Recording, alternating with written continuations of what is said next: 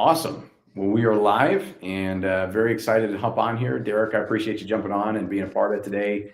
And super excited to chat with you, learn a little bit more about what you do and the ways that you're helping churches and just everything in between. So would love for you to maybe start out just by doing a quick intro of yourself and what you do and everything Wi-Fi Presence.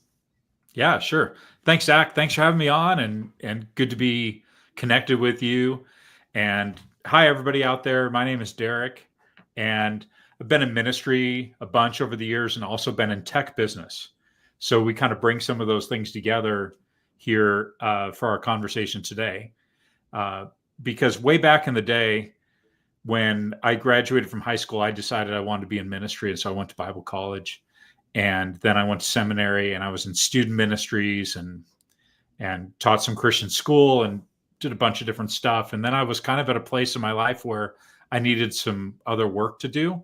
So I started doing tech about 25 years ago.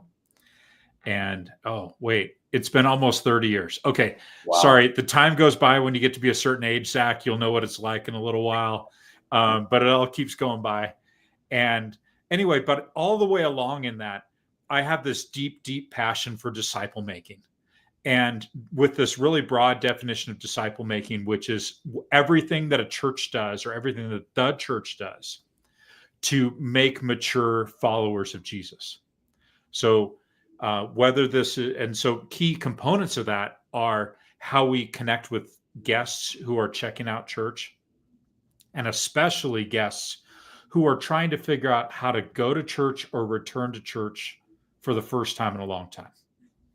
And so Wi-Fi Presence has a big connection to that. I'm also really passionate about how we do groups ministries and any kinds of things that we're doing to grow people in their faith.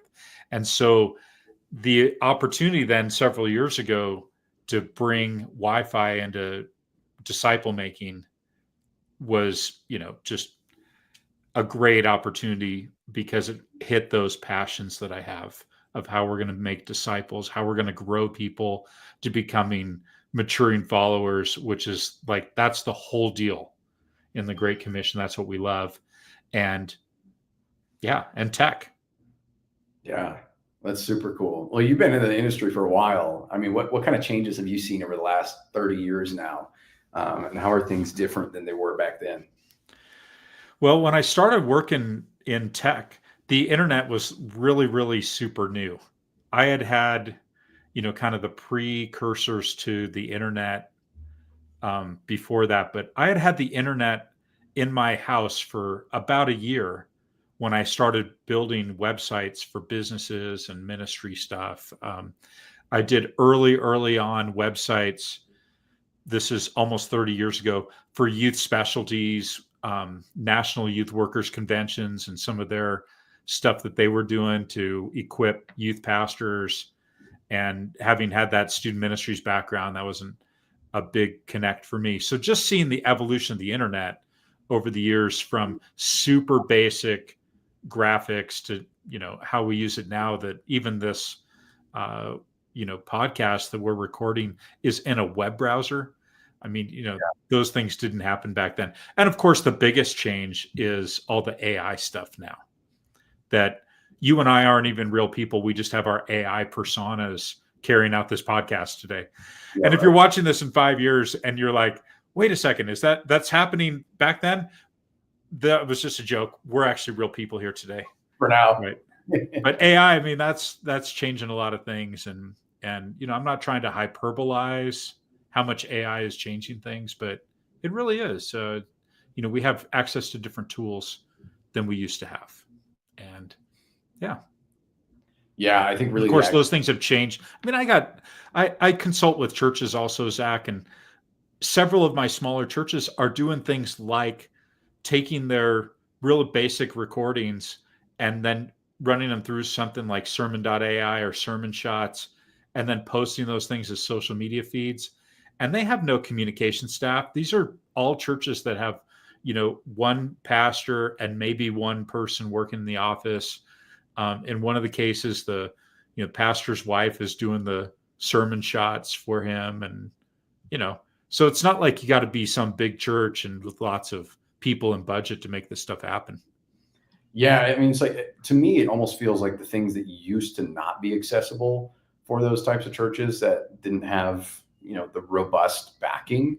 Now it is accessible, and they can use all the tools that may not have been particularly easy to get a hold of. So I think that kind of thing is really cool. And I think Wi-Fi presence is one of those cool things too that seems like it's this crazy technology, but it's actually accessible for most any church, which is super cool to me. I'd love for you to kind of talk a little bit more about how it works and the mission behind it, and really just everything about it, because it's so unique in what it does. Yeah, thanks, Zach. And I was at a tech and ministry working group about 8 years ago now. And I was in a room, and some folks from Leadership Network and Glue and a whole bunch of leading churches across the country were all in the room talking about how can we utilize data to do ministry more effectively. And so one of the executive pastors from one of the churches was in the room, and he gave a presentation about their data that they have. And like, this is a ginormous church. Everybody's heard of this church. And he showed all this data, and then he said this element. And because the church I go to is like, it's like a Sunday school class in this guy's church, but he said, we know a lot of data, but the missing piece is we don't know which adults attend church unless they check in their children, fill out a connection card, or drop a check in the offering plate that Sunday. Otherwise, everybody's kind of invisible to us. And so I was thinking about this because the data stuff that they had was so robust otherwise. And I thought about what we had done in our business, about how we had built some Wi-Fi technology for cable companies. So if you've ever been around and there's Xfinity Wi-Fi in some place you've been to, or Spectrum Wi-Fi, depending on kind of where you live in the world, then you may have interacted with our technology from our commercial business called Front Porch, where we had powered some of these networks with some of our technology. And so we had a lot of embedded skills with Wi-Fi. And so my cat came to visit. Hey, cat. You try to have a professional looking thing here. Hold on just a second, everybody. No problem. All right, get out of here. In the nicest way to my cat. That's Mason. All right, we're back. So, so I'm like, we could do something where when people come onto the network, that the Wi-Fi asks them who's the owner of this device. We would correlate that to the church's database, and then remember every time they come back. So here's what it's like, who cares how it works? Here's what it really does, is that for people who use the Wi-Fi with their phone, it would be able to tell their church database, like Planning Center or Rock or something like that, that Derek or Zach was at church this Sunday, but not this other Sunday, and that information could be used. So 2 use cases really became powerful for the churches. One of them was, this is again with a really big church, tons of people there. And you don't have to have tons of people to use this software, but here's why this matters. Church with an average weekly attendance of about 25,000 across their 5 or 6 campuses.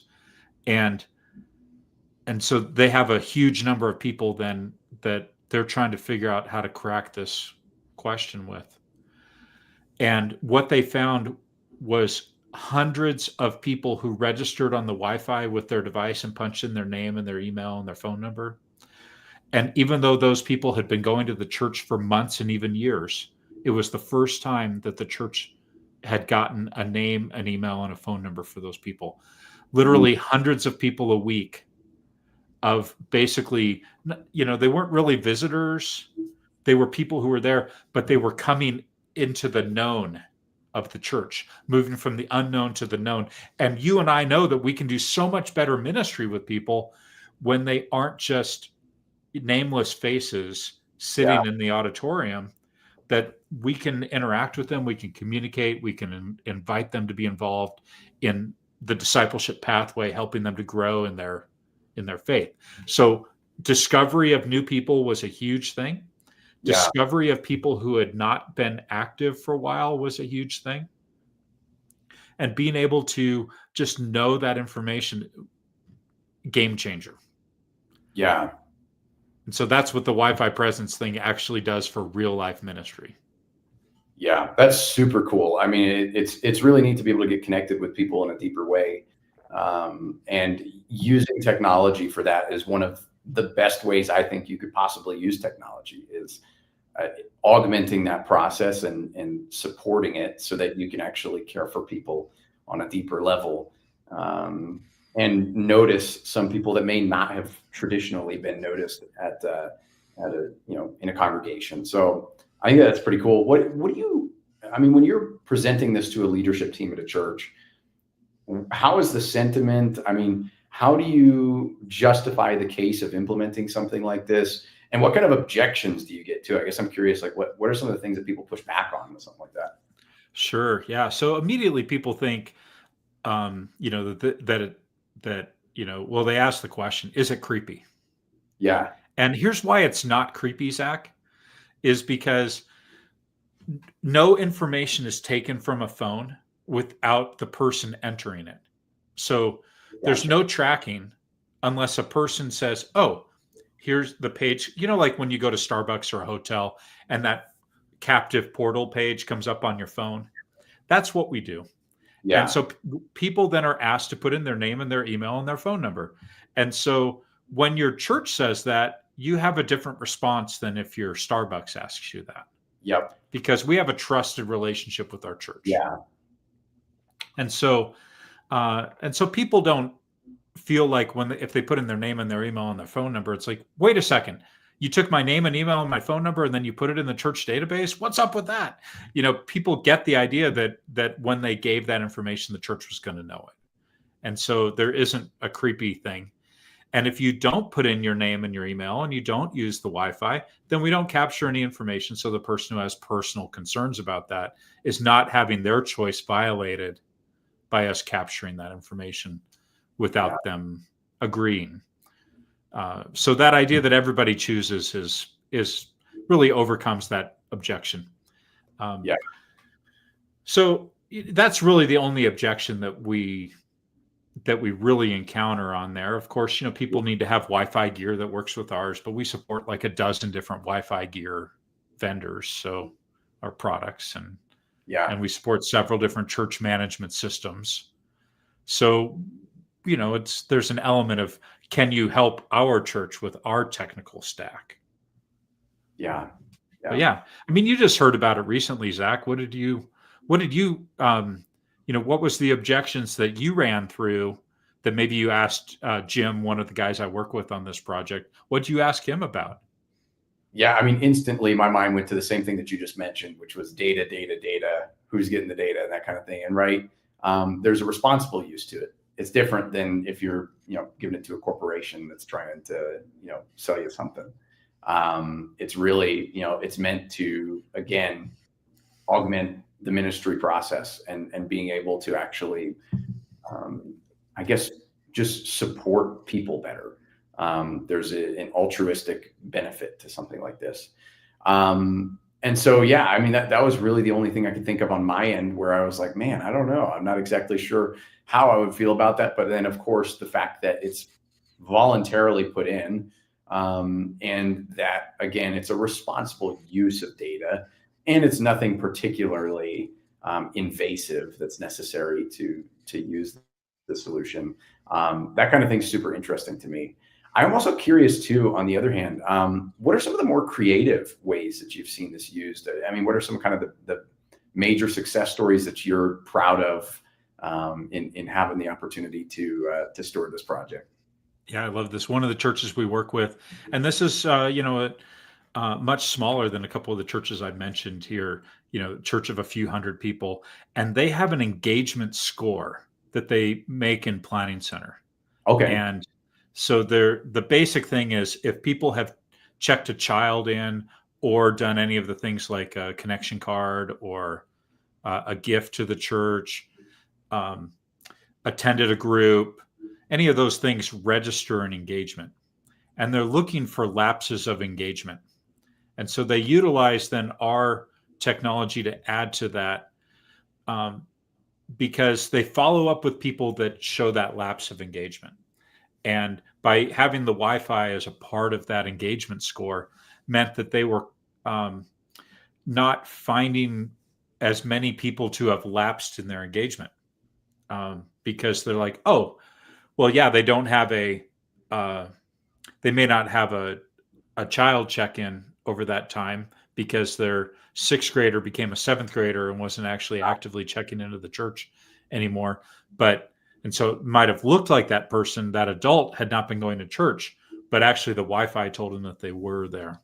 And so it helped them to tune their follow-up. So I really respect how this church is using the information they have at their disposal to say, hey, if we have some people who are slipping through the cracks, let's try to understand that. And so they have a 4-week window.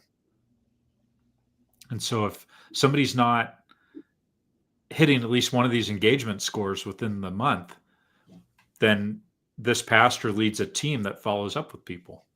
And I just think that's fantastic because, if we're going to have churches that are more than 120 people or so, then we have to have effective systems of knowing how we're building disciples. And when disciples are they're struggling, we want to know how to embrace them and help to keep them on the path. Because if that was happening to us, we would want to be held on by people as well.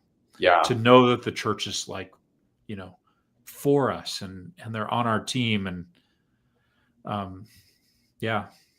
just a really super sad story for me a few years ago when I was executive pastor at a church. Some people came up to me in the commons at our church, the outdoor foyer space that we have. And so some people came up and they said, hey, we're checking out the church. And the thing I got to know is, when we weren't able to go to church for a while, nobody reached out to us. Wow. And so they couldn't stay at their church in spite of all the things, just because they felt uncared for in their time of need. Yeah. How can we create a situation where we have fewer people that are going to slip through those cracks? Yeah. Small group engagement, ministry team engagement is really great for that too, because if your small group knows you're struggling, or your service team knows you're struggling, or they don't see you, then they can connect with you. But if people are unseen, then that's how they can slip through the cracks. So we want to use technology a little bit to help people from slipping through the cracks so that they can be seen. Yeah, I think that's really cool. It's a powerful story of being able to take care of people, especially in a time of need. And obviously, there's a point at which we can rely on our small groups, we can rely on our connections. But if you're newer, right? If you're just getting involved in a church, you may not have those robust relationships with someone, or at least a couple of people in the congregation that can support you, and you might get hit with one of those crazy storms and you're stuck and you don't know who to talk to. And so, I think it's really neat that you're able to take care of people like that.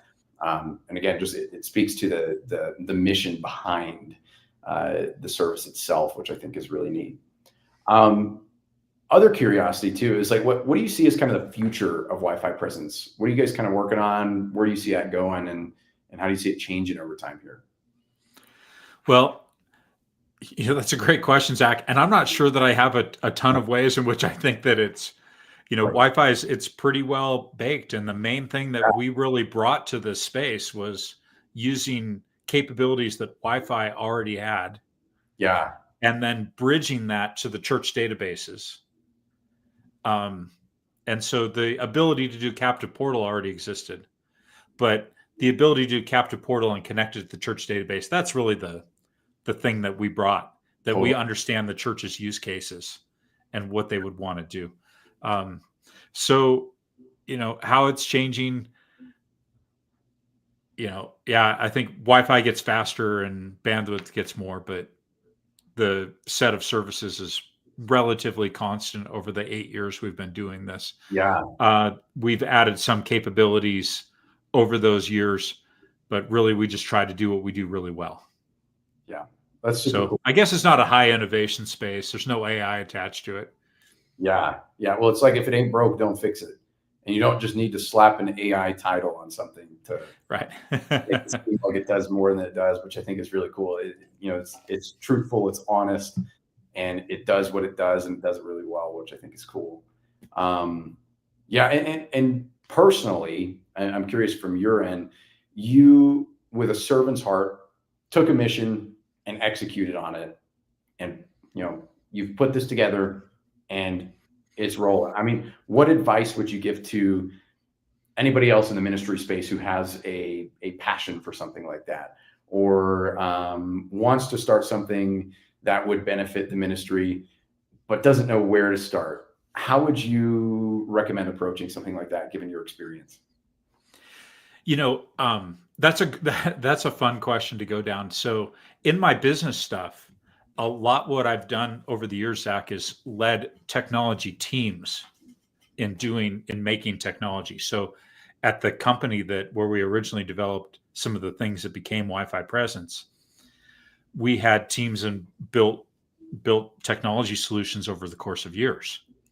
And sometimes the technology people, we get great ideas. Yeah. And so we think, oh, what the world really needs is whatever. And then we find out that not that many people actually want to do that. Yeah. And so I don't know if you've ever used a piece of software that has too many options. Hello, Microsoft Word. Okay. Just too many things. Yeah. And we need simple stuff.